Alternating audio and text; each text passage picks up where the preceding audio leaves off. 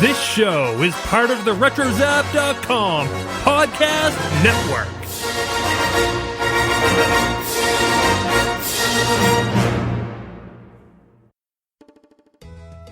Hi, this is Joey, and this is my real voice. I'm serious. Today's show brought to you by TeePublic.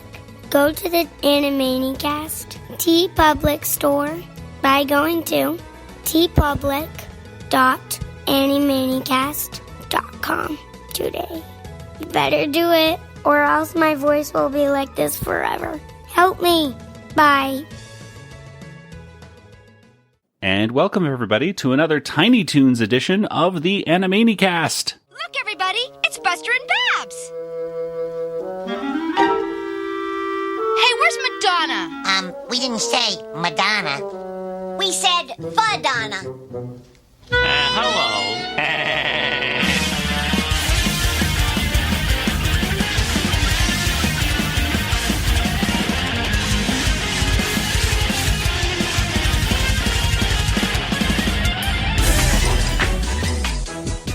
And welcome once again to the Animaniacast. We are the only podcast out there that's talking exclusively about the animated television series, Animaniacs, and nothing else. Today we're going to be talking about an episode of Tiny Toons, revisiting all the cultural references and gags, and in the end we give this episode of Tiny Toons a Water Tower rating. I am Joey, and joining me once again are my co-hosts, my brother Nathan. I have a watch with a minute hand, a millennium hand, and a neon hand. A neon hand or an eon hand? Whatever. I always thought it was neon hand. Neon hand. Well, and joining us across the country in Georgia, the police are coming for her, I believe. It's Kelly. Yeah. Hi. Now the dog's upset. Oh no. Okay. Well, I don't know if the audio picks up the little sirens in the background, but I certainly did. Anyway. The dog. Oh, there he is. There's Indy. Yep. And guest starring the dog, Indiana. We named the dog Indiana. Well, today we are going to be talking about, of course, one of the most popular, one of the most famous episodes of Tiny Toon Adventures, and that is episode 51 of Tiny Toon Adventures, called Tiny Toon Music Television. Yes, this parody of MTV, I suppose, really, is the main thing we're going to be referencing, is quite a standout, I think, in the library of Tiny Toon episodes. But if someone were to ask you about this episode in just a few words, what would you tell them, Nathan? They might be giants are in it, so that's pretty awesome. That is true. That is very awesome. And what about you, Kelly? Even old New York was once New Amsterdam. That is very true. And we got facts right there. Exactly. Well, this, as you can tell, is the They Might Be Giants episode of Tiny Toons. And Nathan, tell us, when was this episode? When did it first premiere? Okay, so this episode, take you back, it's 1991. It's February the 1st. It's a Friday. This was just a couple days after the 25th Super Bowl. Aretha Franklin sang the Star-Spangled Banner, which that recording would later be released and become a hit single.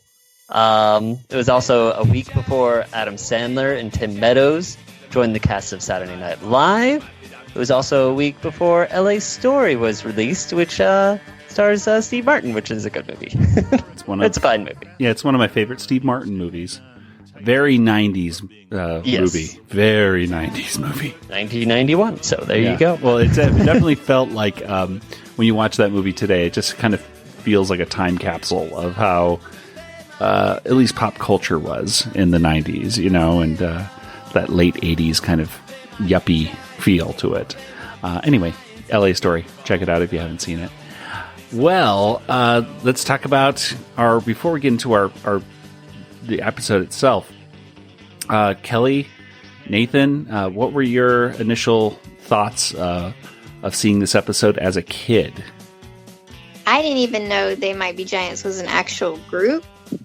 When I saw this, I had recorded this episode, or at least the They Might Be Giants segments on a VHS tape, and so I would rewatch them pretty regularly, and I loved it. And one day, eventually, my brothers, he made some kind of comment, or I think he said, my friend really likes that group or something. And I'm like, what do you mean? They're actually a real group? And because I thought they were just made up for the show. And that's the day I learned that They Might Be Giants was a real group. And started to learn some of their other music. And eventually the first concert I ever went to was a They Might Be Giants concert. I think my first concert was a They Might Be Giants concert as well, if I'm not mistaken. It was either They Might Be Giants or Weird Al Yankovic. And just to show you how much of a nerd I am, it's like... It's got to be one of those two for me. Nathan, what about you? I mean, you were just a toddler. Really. I was like 4. Yeah. I don't know. When this came out. I remember growing up with this, so I don't remember the first time I saw it. But, I whenever I think of Particle Man, I think of the wrestling scene. And Istanbul, not Constantinople, I think of... camels, I guess. I don't know. Well, yeah, I'm with you, Kelly, with this one. I originally saw this. I was 11 or 12 or something when I saw this, and I thought this was just a fake band, especially when later in the thing where Buster goes, "Who are these guys?" I was like, "Yeah, who are these guys? These guys aren't real." And it wasn't until I think a year or two later that we went to Berkeley for my aunt and uncle's, I think it was their 25th wedding anniversary. And my cousin had this album, Flood. And he was like, "Oh, here's this album." And I listened he goes, "I just got this." So he had the tape and we put the tape in. And I was like, "Oh, this is that thing on Tiny Toons." And he didn't watch TV, so he had no idea what I was talking about. But I immediately, once I realized that they were real and they had other similar sounding music, I fell in love. And they have been ever since my favorite band, ever. And I have all their albums. I've seen them in concert multiple times now. Whenever they're in the Arizona area, I try my hardest to get to go and see them. So, and I know that Nathan, that, spread to you pretty easily because I'd be listening to Flood or Lincoln or, it was just everywhere in our house growing up because of that. This episode of Tiny Toons really had an effect on my life. I don't think I'd be as nerdy as I am today if it weren't for this episode of Tiny Toon Adventures. And not only that, but I may not even be married to the woman I'm married to because I was about to move to LA. I was like, "Yeah, I think I'll move to LA and do yada, yada, yada." And she's like, "Well, if you stick around a little bit, like a month or two more, there's a They Might Be Giants concert and we can go see it. And they're coming here to Tucson." So I said, "Ooh, really?" So we went to that concert and then I just kind of stayed here. So yeah, I would not be the nerdy person I am today, and I would not be probably even married to the same woman I am today if it weren't for They Might Be Giants, and if it weren't for this episode that really started it all off, because I think it goes without saying that this episode catapulted They Might Be Giants to a higher level of notoriety, I suppose you could say. Yeah, I would say that. I mean, if you lived in the Brooklyn area, you probably knew about They Might Be Giants. But other than that, and I think they were on like Letterman a few times, but they were, I think, mostly a Northeastern band. They weren't widely known. They were very, they were known for many years as just being 2 members, an accordion and a drum machine. Whereas they had no backup band or anything.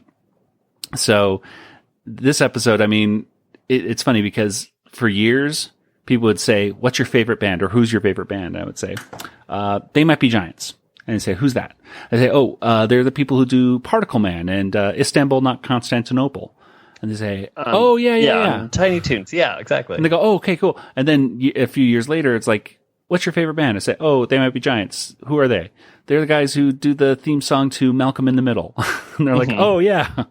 And now when kids ask me at school, who's your favorite band? Well, They Might Be Giants. Who are they? Oh, okay, well, let's see. They're the guys who do the theme song to Mickey Mouse Clubhouse. And they're like, you like that kind of music? It's like, no. They do more than that. I actually think They Might Be Giants have hit every genre of music over the years. I don't think they really are. I mean, they're nerd rock, I suppose, if you could put them into a, I think isn't that a genre of music, Nathan? I think, right? I've heard it. Giants. Yeah, They Might Be Giants. I mean, now they do kid music and they do educational music, but they still do weird music about people dying in these existential crises and skull heads and just weird, creepy things with an upbeat tune to it and with weird instruments and synthesizers and everything. I don't know. Anything else to say about They Might Be Giants before we move into our actual discussion of this episode? I like the sun song. Yeah, I like that song a lot. That was my first CD, was The Sun is a Mass of Incandescent Gas. It was just a single, and it was very, dry and... It's educational. Built into helium at a temperature of millions of degrees. Yo-ho, it's hot. The sun is not... That Sun song, and actually even Istanbul, not Constantinople, are songs that actually were written, I think, either in the 50s or 60s. So They Might Be Giants has this way of taking old educational songs or just corny songs from many, many years ago and redoing them in a kind of a rockin' way. And that's exactly what they did in today's episode as well. So, I was watching Umbrella Academy recently, and I think it was the first episode. At the end of the episode, there was Istanbul, not Constantinople, and I got so excited. Yep. Yeah, it's during a big shooting scene. I was like, oh yeah. Yeah, it's my favorite part of the whole series. I've only seen the first episode, and I saw that part, and I was like, "Yay!" And then I stopped watching the show. I still want to finish. Right. I still want to finish it, but yeah, it's fine. But I think that's the highlight. Just see, I'm not done with the show yet, so it's like, is that all I have to look forward to? I mean, the rest is fine, but yeah, I mean, that's the reason to watch the show, is see that 3-minute scene or whatever. Well, let's go ahead and get right into our discussion of today's episode.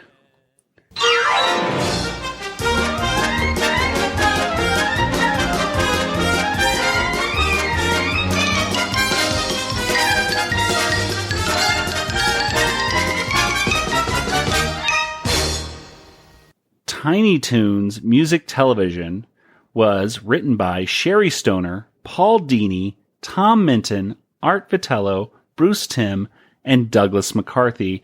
Storyboards were done by Bruce Timm and Art Vitello, and of course it was directed by Art Vitello. And this episode starts off with Buster and Babs, and they're just kind of welcome everybody to Tiny Toons Music Television. And they have some new music to play us. And of course Babs thinks it's going to be maybe Madonna or Sinead O'Connor. She is, again, showing off her impressionist skills by by turning into them as well. But he says, no, They Might Be Giants with Istanbul, not Constantinople. And off we go. So, Kelly, why don't you tell us what happens here? And, well, that didn't I forgot the part on purpose. Oh. I'm just kidding. Well, so, yeah, things didn't work out too well for Plucky right there, unfortunately. But let's, I guess, just your general impressions, guys, of this. I mean, I think, Kelly, you hit it right on the nail on the head. This has got to be a Maltese Falcon kind of scenario. I didn't really see too many other references other than there's a part where Plucky and Hamton are going back towards the castle, and they're going, running through the camels, and then all of a sudden Hamton's playing the violin, and Plucky's doing this weird kind of dance with his hands, and I wouldn't know it at the time, but they are dressed up and acting and looking exactly like John and John from They Might Be Giants right there, where Plucky is John Linnell and Hamton is John Flansburgh. Did you pick up on that, Nathan? Mm-hmm. Yeah, every time I see it, I'm like, hey, that's John and John. Yeah. But at the time, I mean, that was so obscure. Yeah, as a kid, you wouldn't get that, but no. Seeing him in real life or watching music videos of them or whatever, Yeah, John... It's very clear. Yeah, John Flansburgh has the glasses, and John Linnell has the kind of puffy, parted hair up, Lucky Duck look, yeah. Yeah, exactly. And he's skinnier, he's a skinny guy, and John Flansburgh is not the skinny guy. And so, so there's... It's cool that they put that in. It's such a reference that only fans of They Might Be Giants would really pick up on, I think. Anyway, Kelly, what are your thoughts about this first segment in general? I have always loved just the animation, the style of it, the mood it sets with the nighttime colors and everything, and it seems very well suited to the song. Absolutely. I mean, it really is. It's and I think that's why people thought that They Might Be Giants wasn't a real band, because surely they wrote this song. The interesting things about the song Istanbul, not Constantinople, is that's a fact that comes up in Jeopardy.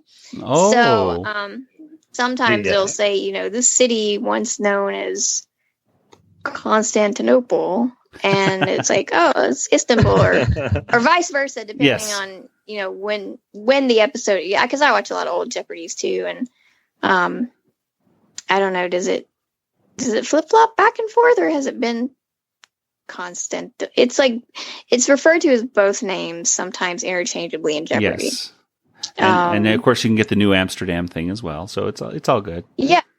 Yeah, and that doesn't come up as often. No, but, that's got to be $100 question. They'll give you one of the cities in Jeopardy, and then usually you have to name the other one. Like, it's no longer called this, and you have to give the other name. But so that's always been super helpful with Jeopardy. So be ready to say what is Istanbul or what is Constantinople. And the song helps me out too when they have questions about like the sun and. It's hydrogen turns into helium and temperature millions of degrees. The James K. Polk one. James K. Polk. I mean, the thing is, songs are actually a fantastic way for people to remember facts. And that's why I think They Might Be Giants they've done so many, they've done like a science album. And of course they did like an alphabet album and stuff like that. But their science album is actually really good. They do Over the Elements, and they do so many different things. I love their Elements song. Actually, it's one of my favorite songs they've ever done. So they're incredibly helpful, especially even as a teacher to this day. I'll if I have any excuse to play a They Might Be Giants song, and as a social studies teacher when I taught American history, you better believe I played James K. Polk for them. Just to have any excuse to play They Might Be Giants in front of a captive audience is going to happen. It reminds me of Animaniacs, just, doing totally Nations of the World, and, exactly. It's all connected. That was so good. Let's hear another by They Might Be Giants called Particle Man. Who are these guys? Nathan, why don't you tell us what happens here in Particle Man? Okay, well, we're in a sports arena, and today only, Particle Man takes on the universe. And there you go, Particle Man. Very good, Nathan. Well, Particle Man, again, another one that I was just like, I just thought it was hilarious, and as a kid, and not knowing which voice was which was a big challenge for me. Whereas this song is sung by John Linnell, who can do that kind of deep, kind of monotone voice very well as Hamton in this case. The only reference I could really find is that the wrestler that fights Person Man is probably the Crusher from Rabbit Punch, which is a Bugs Bunny cartoon directed by Chuck Jones. Okay, champ, let's see that old right cross. Now, don't pull no punches with me, boy. Let's see what you got in the ball. Come on now, let yourself go, champ. Give me that old 1-2. Come on, boy, put up your dukes. Give it everything you got. That's here, boy. Start swinging.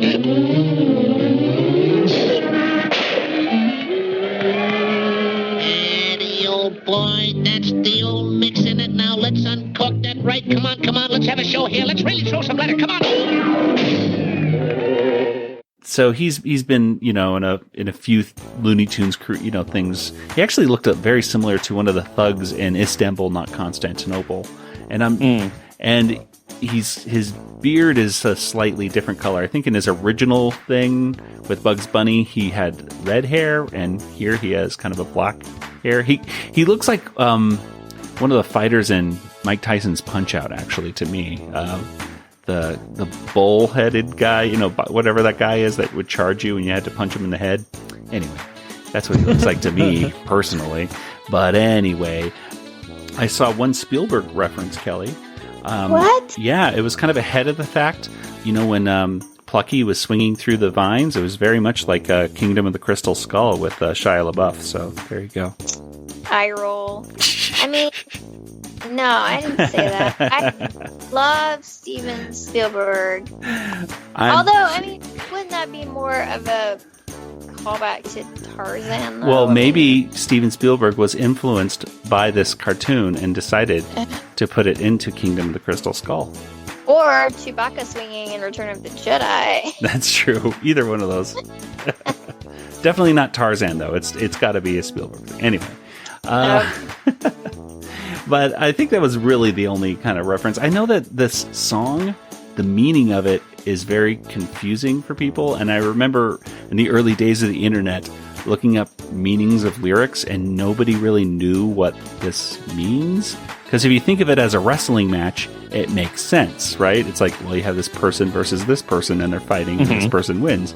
But some people have these theories of like Triangle Man is radiation, I think, or oxygen, fuel, and fire, or something. You know what I mean? Like you can do any 3 tiers of something. Exactly. Like the government of, we got the checks and balances. And that there's some hidden meaning. Whatever you want. Yeah, there's some hidden meaning to Particle Man that we're not getting. That the particle, and it's about nuclear weapons and how Person Man loses because of this and everything. I remember looking at this and going, I was like, wow, I just thought it was about a wrestling match with Plucky, but okay, internet. I don't think They Might Be Giants has a no, I think like John and John, they don't have a hidden agenda behind it at all. So it's just like, yeah, I think they just like to sing sometimes just nonsensey kind of things, but I don't know. But that's just me. I really like the line, the Particle Man, when he's underwater, does he get wet or does the water get him instead? I just think that's really funny because it took me so long to realize what they're even saying in that. But like if dirt is underwater, does dirt get wet or does the water get dirty? It's just funny. That's a good point. Well, Kelly, what do you like about Particle Man? I liked the animation. There's a lot going on with the wrestling mat and or no, I guess it's a boxing ring.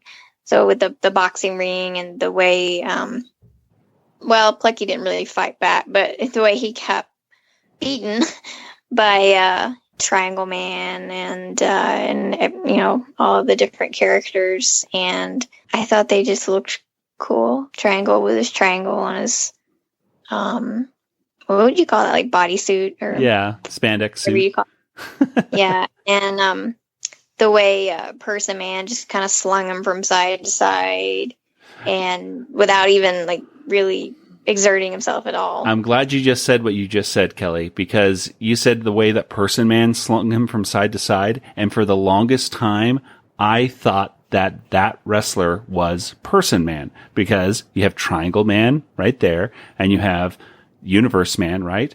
But it's not Person Man? Person Man is Plucky. Yeah, Plucky turns into Person Man when he takes off his Particle Man. Exactly. and then Person Man was hit on the head with a frying pan. Yeah. But why didn't I catch that? I never caught that before. It took me years to catch that. And that's why Triangle Man hates Person Man. And that's when it becomes more obvious, is when Triangle Man starts beating up Person Man, which is still... I just always viewed it like Plucky was Particle Man. Exactly. He is. Yeah, he is. He changed costumes when he alter rips ego. up. Yes, our alter ego is Person Man. My mind has just been blown. Right here, live on the Animaniacast. I know, right? But again, I was totally with you. And for years, I was like, why does it say Person Man hit on the head with a frying pan? Because he's hitting the other guy he's hitting Plucky with the frying pan. But then, I always interpreted that Person Man hit, and then they just left out the word Plucky on the head with you know how lyrics are. Yeah. But yeah, he's Plucky's Person Man. He's both Plucky. He's both Particle and Person Man, and Plucky. And Plucky.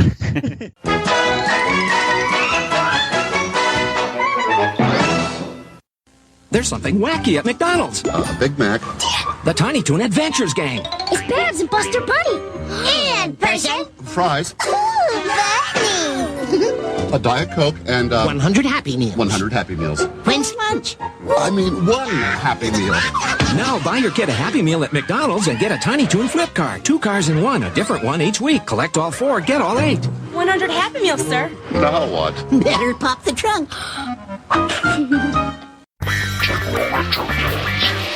The kids of the 70s and 80s are all grown up, but the good times of childhood don't have to end. Our generation can share the fun and fandom of our youth with the next generation and bring the past into the future. And wrap it all up to make a fantastic present. Join Jedi Schwa and Chef's Bazaar every Monday morning to get your work week started by reminiscing about the past and exploring the future with your earbuds on Techno Retro Dads.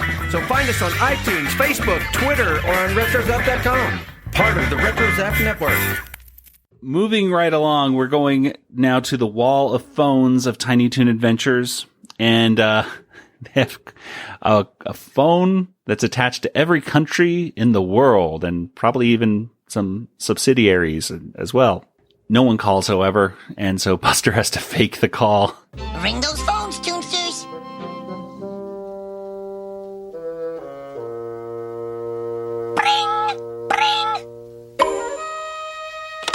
Hello? I'd like to hear respect. Excellent choice, sir. Excellent choice. Here is Aretha Franklin with respect. Why can't I get any? And that takes us right over to you, Kelly, once again. Why don't you tell us what happens here in Respect?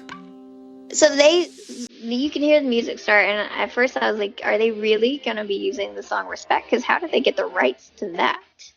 Because they don't ever use real songs in any of these episodes, particularly and now that it's on Hulu too. Like, I don't understand how they have the rights. But anyway, so I start playing the song in the background, and Babs is on roller skates and has her Walkman.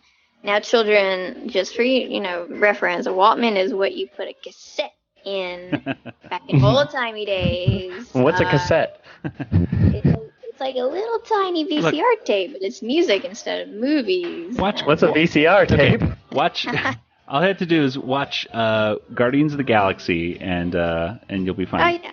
That puts it into a frame of reference for today's youth. So Babs is listening to her Walkman, and she starts skating around the library. And yes, I noticed that moment where she's like on the ladder next to the stack of books, and the ladder. And definitely noticed that moment. And she's all over the place. And she sticks her head on the copy machine, starts making copies of herself. And so then she goes into the courtroom and starts disrupting this court case. And you can see the jurors, and they're sort of singing the chorus of the song. And she's kind of getting in everybody's way. And then she goes to a pet cemetery. And again, not respectful. I mean, she wasn't respectful in the courtroom either, but this is where it gets really bad because, hello, this kid's in the pet cemetery, so you assume he's burying some beloved pet, crying. There's There's actually this really big funeral going on for whatever's in the box. What's in the box? It's like, what's in the box? Never gets old. And so then she starts bouncing up along the tombstones, and there's one tombstone, and it's got these 2 dog angels on it. And I swear the tombstone right before that one looks like a Batman on the tombstone. Did y'all see that? Yeah, I certainly did. That is a Batman tombstone. I rewound it back. I'm that looks like Batman on the tombstone. Batman's dead. Okay. So, and the angel statues start dancing and singing, and then you can see all the tombstones kind of bouncing, and it's a little surrealistic going on, but everybody's starting to get happy, and then you realize what's in the box was a shoe. Yeah, he had to bury his Nike or something. It was in a shoebox. Yeah, it was in a shoebox. Yeah. That was a cute little gag. I thought, you think it's going to be a little pet or something like that, and just for a shoe with a saxophone to pop out was pretty funny. I don't know why he had to bury his shoe, but I'm glad it came alive. And why he was so sad about, and why maybe it was one of those disturbing. Maybe it was one of those pump shoes or something, and it just popped, and you had to bury it. I don't know. Maybe. But then everybody at the funeral starts kind of dancing and singing. Everybody's happy now, so that's good. And then they show an operating table, and she pops out of a guy who's having surgery. Ugh. Yeah. Yep. And so, and that's kind of where it ends after they're all rolling around, and you can't even see what's going on because it's utter confusion, and the word is respect is above them, and they start grabbing the letters from the word, and that's about it. Yeah, it's they shut up Babs as well by putting respect label on top of her face so that she could stop singing. And I'm not quite sure, but I think the librarian takes up their Aretha Franklin lip sync. I'm not exactly sure, but either way, it's just a really cute segment. And I think one of the things that is totally over everybody's head, but when you watch it as an adult, is you're watching these caricatures of the people that are behind Tiny Toons, like in the library and the jury box. You can see a lot of people. I believe Paul Dini, and I think it's a caricature of Sherry Stoner, are reading in the library, and they kind of poke their heads up and say just a little bit at one point. And then when you look at the jury box, you can see some additional people. I know that I could definitely see Bruce Timm's caricature right there, because he kind of has this grumpy face on. Whenever I see caricatures of Bruce Timm, he always looks like he's grumpy. I'm not exactly sure what that says. And also Tom Minton, I can see his kind of caricature as well. So all the jury members are people behind the scenes. Well, Nathan, I guess let's start with you. What are some things that you liked about the Respect song? Well, she's just, as Kelly said, she's just disrespectful. I just how ironic. Ironic. She wants respect, but she's not giving it. So you gotta give it to get it. I guess I don't know what the TCB line, the take care TCB. I had to look it up because I have no idea what that was saying. I remember taking care of business, right? Yeah. Mm-hmm. I remember Dad had to tell us that, Nathan, when I was a kid. I was like, what is TCB? And he's like, oh, taking care of business. It's like, oh, okay. Just take care TCB. And just like, it doesn't still take care of business. Like, the sentence doesn't make sense. TCB. TCB. Which reminds me of which reminds me of a 90s yogurt shop called TCBY, which I forget what that stands for, but it was a yogurt shop. And this can't be yogurt. Yeah, maybe that's it. TCB wasn't. Yeah, it was. It was poisoned. Oh no! The Beauty and the Beast reference. See, I think it came out before Beauty and the Beast. Yeah, I think it's funny that Kelly mentions the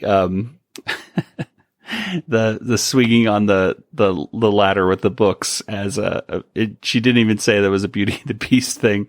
And of course, Kelly, whenever Kelly mentions Beauty and the Beast anywhere on social media, and I see it, I have to respond with a GIF of Belle swinging on the ladders in the library. So yeah, that's that's going to be the Beauty and the Beast Hallmark ornament this year. Yes. So I'm super excited. And there's also a teacup ornament, but it looks like it's exactly a redo of a teacup ornament I got a few years ago. It's just the teacup's a different color, but that's not going to stop me from getting it. Yeah, exactly. Well, I hate to tell you this, but all the teacups are the same model at Disneyland and Disney World. It's just different paint, so it's the same. No. I know that. I'm just saying, like, Mickey and Minnie are in it, and it looks like the exact same font.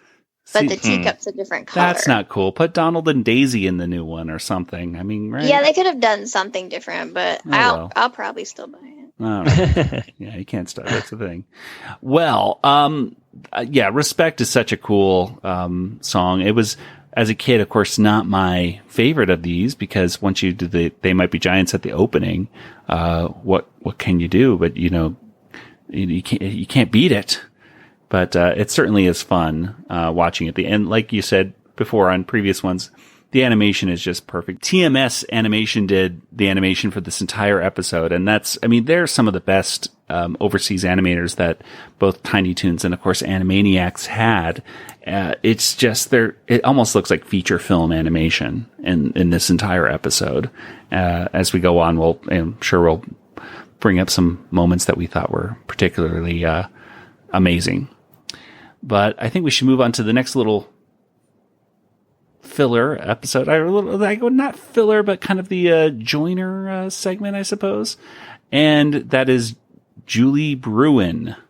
Just say Julie Bruin. She's the hottest little hen ahead on MTV. Just say Julie. That's me. Ba ba ba, yeah. Whoa! It hurts to suck your cheekbones in that long. Hello, it's How to Be a Model Day. Oh, right now we have a very special treat. Let's welcome professional model and in-excess cover girl, Lake Arrowhead. Yeah. Stop it! Lake, you look fabulous. What's that on your shoe? Oh, I don't know. So, Lake, why don't you tell us how you got started in modeling? Well, I went to modeling school and then I just became a model. That's fascinating. What did you learn there? Well, we had classes in sitting and standing and walking and advanced sitting and how to smile without crinkling the corners of your eyes. Would you show us how to do that? Okay. So there you are. Yeah, I would usually only watch the music videos and remote control. Yes. Remote Control. I love that show. That was great. That was such a funny show. Again, more like trivia stuff, but it's been my thing. Yep, exactly. Well, Julie Bruin is waiting for Buster and Babs to come over with Madonna, and she's so excited. And of course, it's not Madonna; it's Fuddonna, and it's Elmer Fudd with Madonna's cone-shaped dress right there. Just looking ridiculous with stiletto heels, and it closes as before they go off to the next song. They go to play the game Tango, I think, which is, I guess, a version of Twister or something. But yeah, what did you think about Just Say Julie Bruin, Kelly? I really liked Fuddonna. I thought that was really funny. Well, this is Julie Bruin of course, Julie Brown, did the voice of not only her, but later on Minerva Mink. And so both characters I think Julie Bruin is much more of a happier person than Minerva in a lot of ways, I guess. Although both of them are, I don't know, I wouldn't want to hang out with either one of them. They both seem pretty conceited and everything. Not the typical people I hang out with. Nathan, what about you? What do you think? Yeah, I had flashbacks of Minerva Mink, I guess, but because of the same voice, I guess. So that must have been it. Yeah, there's two songs, by the way, that Julie Bruin has sung that really stood out for me that you might be familiar with. 'Cause I'm a Blonde. 'Cause I'm a Blonde. Mm-hmm. Yeah, yeah, yeah. And then the song, however, that has not stood the test of time at all, but was popular, is Everybody Run, The Homecoming Queen's Got a Gun. Mm-hmm. And I remember listening to this song as a kid in the 90s, thinking it was hilarious because it's just about a homecoming queen shooting everybody and killing everybody in the school. And at the time, it was funny because it was so absurd. It was like, absurd. This could never happen. Exactly. Yeah. That was the absurdity of it. And yeah, obviously not a funny song anymore, unfortunately. But yeah, I remember that. I mean, I had it on my Dr. Demento collection and I would listen to it and I thought it was so sick and twisted and funny at the same time because how ridiculous. And they made a video. There was a video of it and everything. It was, yeah, weird. Different time in the early mid 90s, with Julie Bruin. So let's go ahead and move on to by Barrett Strong. So it was kind of interesting to see this, not a, James Brown song, although he obviously does that James Brown move at the end. I love this song. I always liked it as a kid and very appropriate, I suppose, for Montana Max. Kelly, what did you think about this song? I liked it okay. I mean, I didn't dislike it. Didn't overwhelm me. So it's okay. It's not the highlight song, I suppose, of the bunch, is it? It's no Istanbul. Yeah, exactly. Nathan, what about you? It's fine. I don't know. See, he didn't have anything else to say about it beyond what I said. Yeah, well, yeah, exactly. I'll give you one little thing that I kind of liked, even though it didn't quite make sense. And I was watching this with my wife, and she's like, "Wait, why does Montana Max have 2 buck teeth, but then full teeth underneath it?" That kind of threw her off. And I was like, "Well, just because he needs braces. I don't know what's going on with him." But there's that part where he's all sad at the end, and then one tooth is kind of sticking up from the bottom up or something, which doesn't quite make sense, but at the same time, he looks so pathetic and cute at the same time. And it's hard for Montana Max to look cute and innocent. So, I will give it to this episode that they made me feel a little bit of empathy for Montana Max. And so good for them, good for those animators and making me feel that. So let's go ahead and move on to the last little, segment. Coming up next, classical music and our feature video, Top Secret Apprentice. Which, of course, is a kind of a little bit of a parody / takeoff of The Sorcerer's Apprentice with Fantasia. And whereas in the original version with Mickey Mouse, going to see Yen Sid creating magic and, with water and everything, Buster is watching Bugs Bunny create computer-generated cartoons, which it actually there was a Nintendo game, and I don't know the name of it off the top of my head, but there was a Nintendo game that was very much like what Bugs is doing in this, where you take the character, in this case Plucky, and then have him move someplace and have something fall on him. There was, I think it was maybe Tiny Toon Adventures movie studio or cartoon studio. But at any rate, you could actually put down a Tiny Toons character and say, walk from here to here, then do the animation of climbing, and I would make my own little cartoons, very much like Bugs Bunny in this case. Well, at any rate,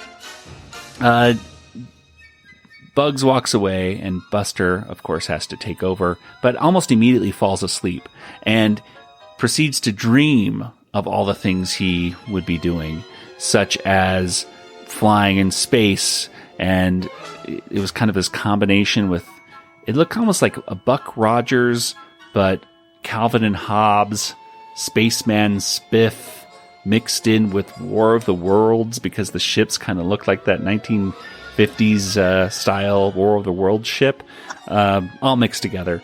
And then it turns into going underwater, and let's see, there's where else do they go? They go underwater. Oh yeah, and then he jumps. He wakes up then falls asleep again and imagines he's on a fly, and the fly ends up getting squished and jumps on another fly and gets stuck on some fly paper. Did that fly stuff remind you of Honey, I Shrunk the Kids? A little bit. Yeah, when he's riding it, I'm just like, oh, like the bee, right? Don't they ride a bee? Yeah.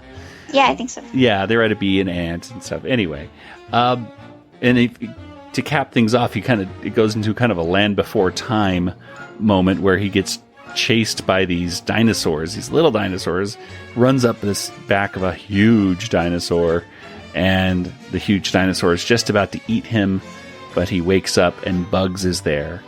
And Bugs is just, disappointed, but then the Tyrannosaurus Rex pops his head out through the screen, a lot like in Back to the Future 2 with Jaws, I think. It's kind of a similar thing. But Buster is able to pull the plug right before it hurts Bugs, and then he gets thrown out before saying one line.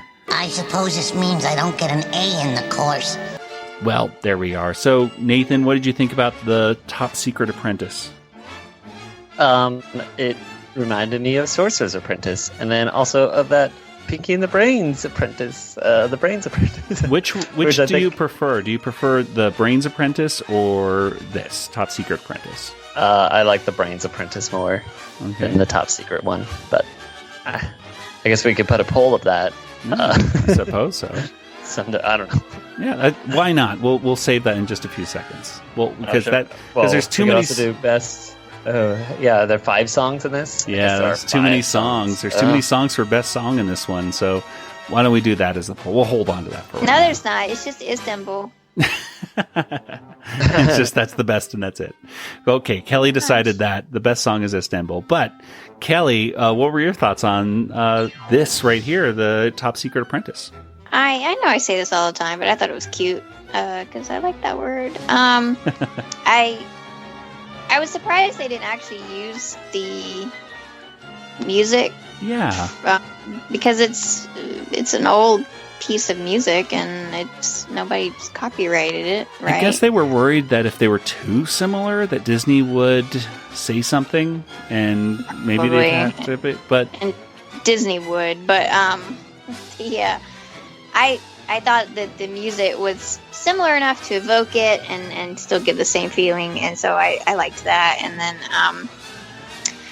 I thought it was neat to watch Buster go from basically environment to environment, and have everything kind of get a little overwhelming for him until Bugs showed up and got mad at him. I thought that was funny, and then he was like, so I guess I'm not getting an A, right? Yeah.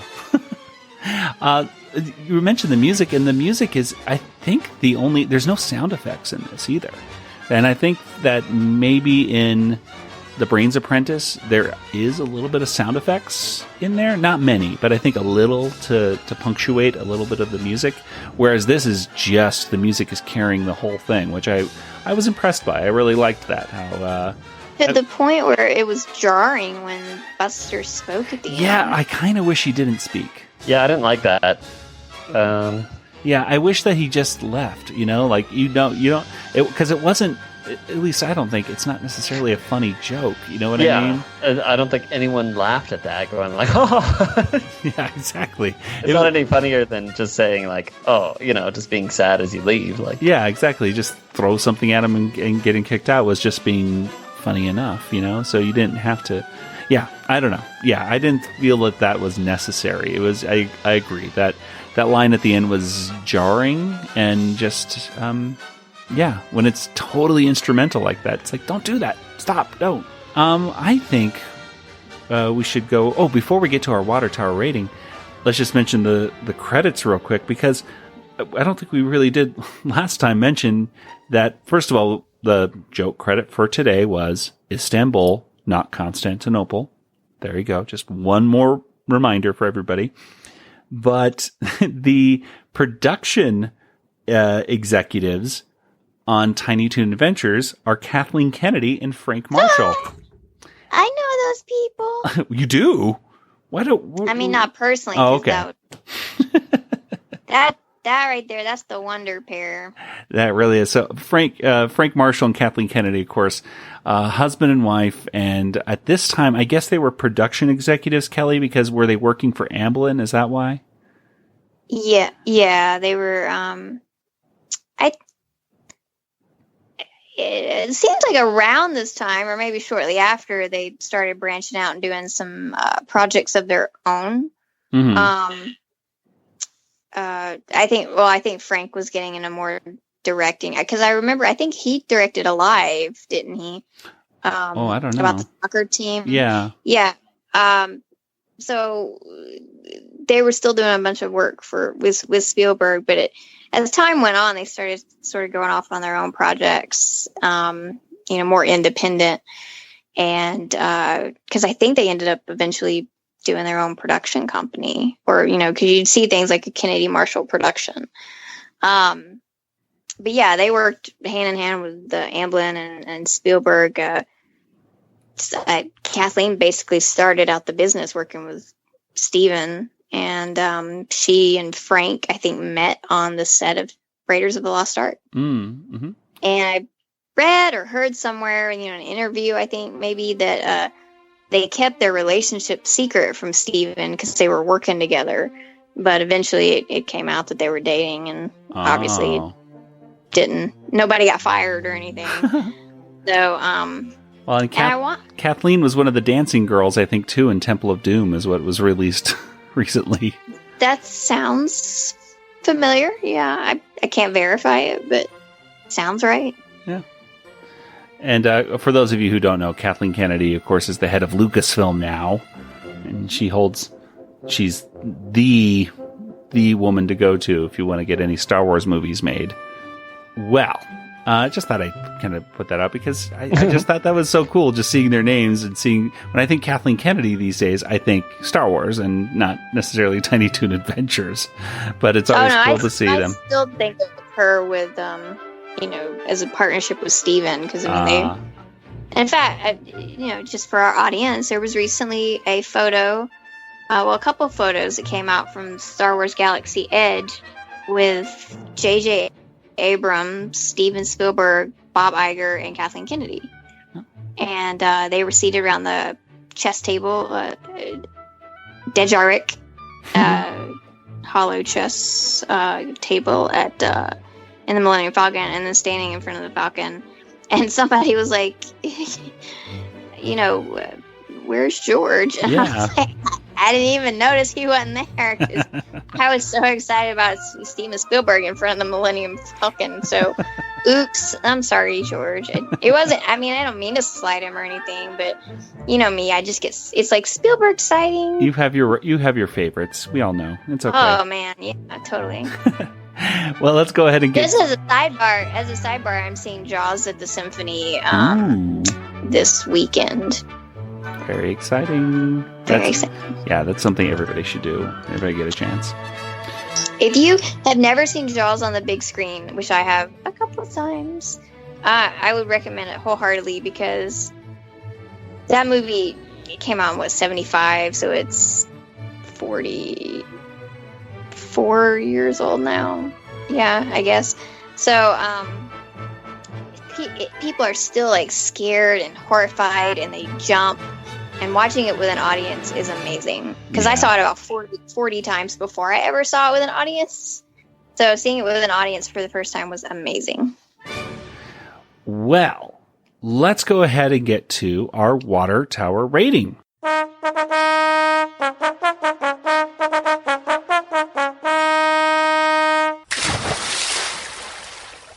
I'm sorry I got off track. No, it's fine. Well, out of 5 water towers, how many water towers would you give today's episode of Tiny Toon Adventures? Nathan, let's start with you. Oh boy. Okay. I really like this episode.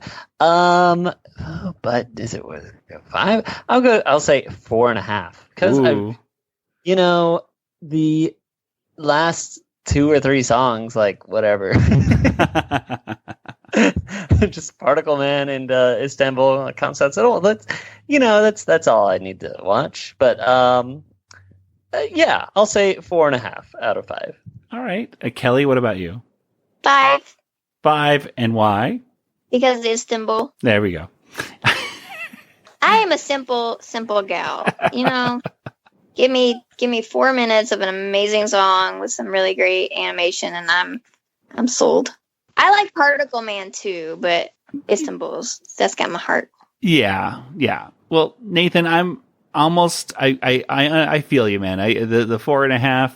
Yeah, I could almost do that, but I'm just going to go with Kelly, and I'm going to give it a 5 as well, because even though I don't like the songs after the They Might Be Giants ones as much, I just think the animation in it is just so good. Like, just consistently amazing throughout. And really the whole thing just felt like just an ambitious idea. I've seen things like this before, like the Disney Channel would do these things like, I think it was called DTV, where they would take old songs and then sync up their old cartoons with it.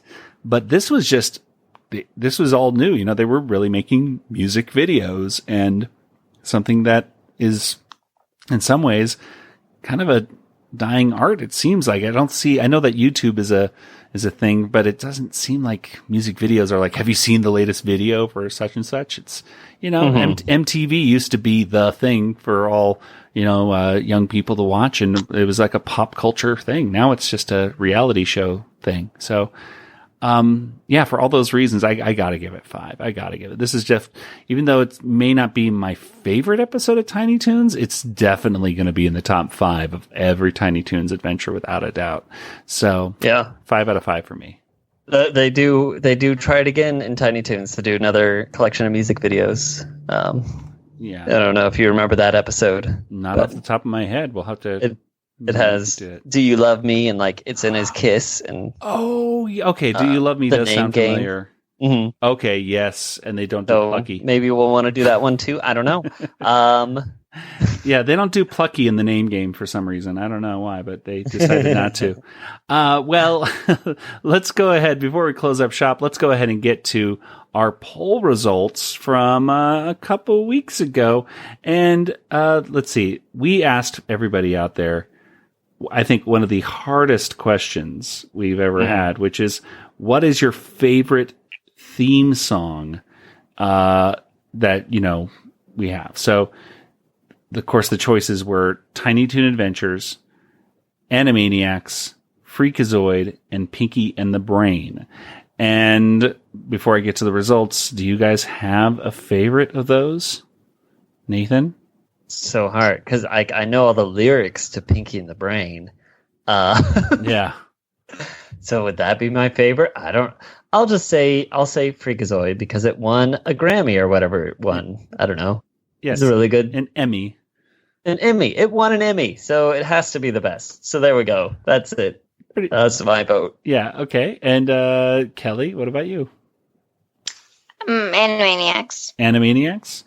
All right, so let's see. You're saying Animaniacs, Nathan's saying Freakazoid, and I'm saying Freakazoid also. I mean, it's hard to say. This is a hard poll, but Freakazoid, I think, just has a cooler beat to it, I think. I just like it a little bit more. But unfortunately, Nathan and I were at the bottom of this poll because only 10% of the audience agreed with us. Wow. And right above that, with 13%, was Tiny Toon Adventures. And then it was Pinky and the Brain. But of course, 55%, it was a landslide, said Animaniacs as the best theme song of those 4. So there you have it. I think part of it is the Twitter being called Animaniacast. I feel like most of the followers would be well, perhaps, you know, but Animaniacs fans. That's true. That's true. You never know. Let's go and get to this week's poll, and I think we kind of went to it. What were we going to do again? It was which of these is better? It's going to be the Brains Apprentice or Top Secret Apprentice, right?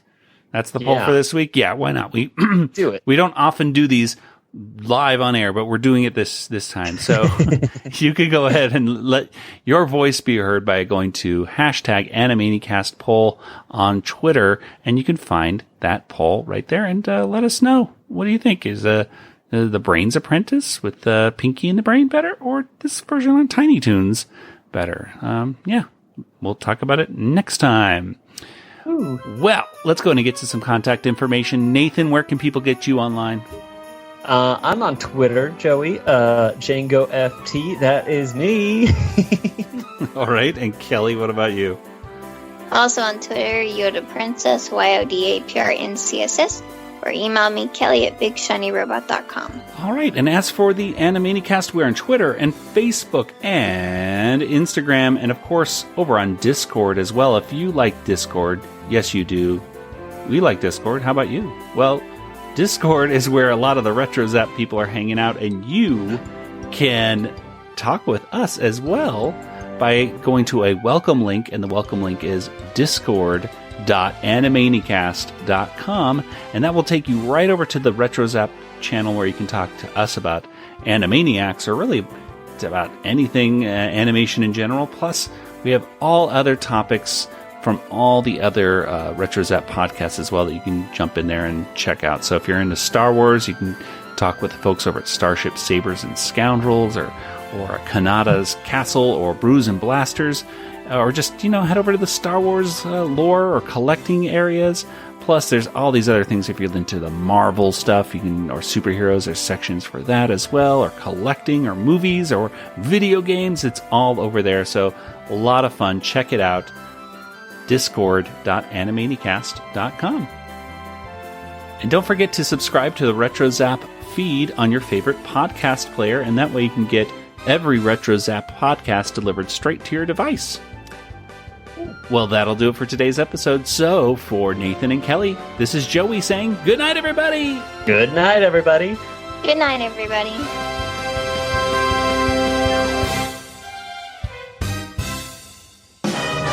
This podcast is not endorsed by Warner Brothers or Amblin Entertainment and is intended for entertainment and information purposes only. Animaniacs, Tiny Toon Adventures, Freakazoid, the Warner Brothers logo, all names, pictures, and sounds are registered trademarks and/or copyrights of their respective trademark and copyright holders. All original content of this podcast is the intellectual property of the Animaniacast unless otherwise indicated. Who are these guys?